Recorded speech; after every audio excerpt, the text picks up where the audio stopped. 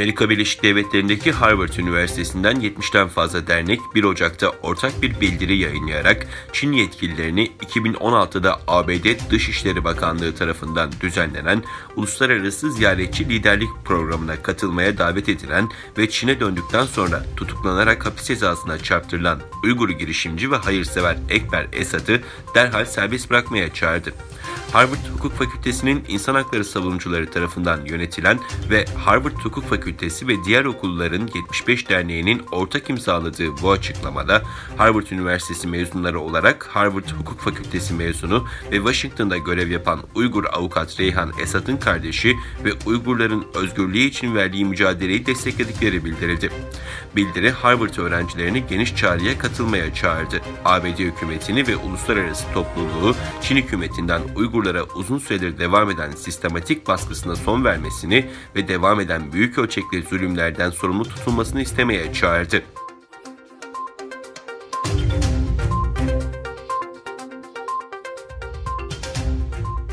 Doğu Türkistan'daki köle işçiliği politikası nedeniyle uluslararası çapta güçlü kınamalarla karşı karşıya kalan Çin, bölgedeki zulmü meşru göstermek için medyayı aracı olarak kullanıyor.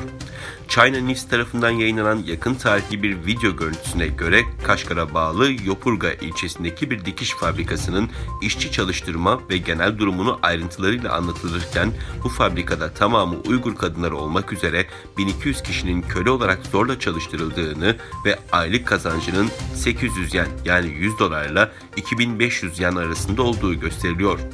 Ayrıca videodaki bilgilere göre fabrikada dikilen giysilerin Japonya ve Güneydoğu Asya ülkelerine ihraç edileceği ve fabrikanın genişlemeye devam ederek işçi sayısını 4000 ila 5000'e çıkarılacağı belirtiliyor. Son bilgiler bu tür fabrikalarda çalışanların çoğu kadın olduğunu ortaya koyarken Doğu Türkistan'daki erkeklerin toplama kamplarında ve cezaevlerine hapsedildiğini gösteriyor. Öte yandan da bölgedeki zorunlu çalıştırma zulmünün genişlemeye devam ettiğine işaret ediyor.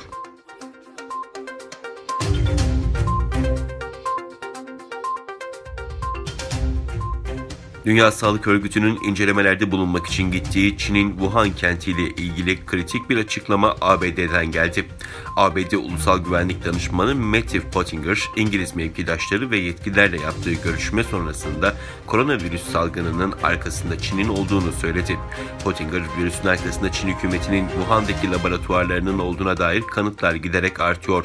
Kayıtlar salgının Çin'deki hayvan pazarından çıktığına dair iddiaların da gerçek olmadığını gösteriyor, dedi.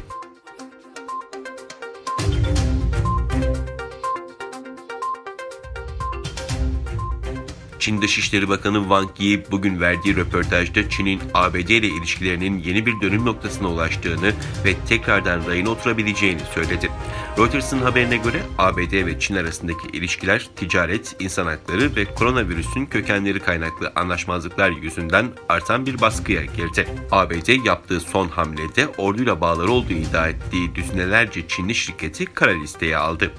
Bakan Wang, Xinhua haber ajansına verdiği röportajda Çin'e yönelik son ABD politikalarının her iki ülkenin çıkarlarına zarar verdiğini ve dünyaya büyük tehlikeler getirdiğini söyledi.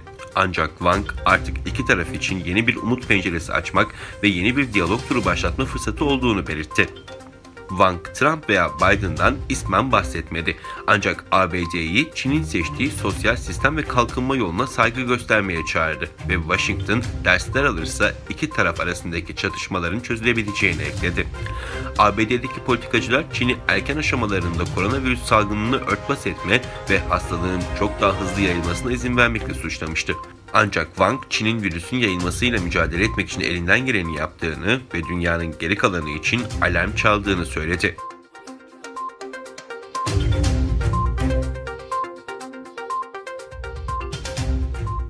Kazakistan Cumhurbaşkanı Kasım Tokayev, Birleşmiş Milletler tarafından ölüm cezasının kaldırılmasını planlayan ve meclisten geçen protokole imza attı.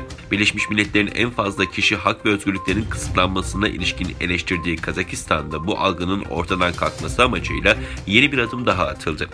Ülkenin Cumhurbaşkanı Tokayev, Birleşmiş Milletler'in ölüm cezasının kaldırılmasını planlayan medeni ve siyasi haklara dair uluslararası sözleşmeye Ek ikinci ihtiyari protokolünün parlamentoda onay alması sonrası protokole imza attı. Tokayev'in imzalamış olduğu protokolde ülkede savaş dışında idam cezası verilmeyecek ve ceza infazına dair yeni bir çalışma gerçekleştirilecek.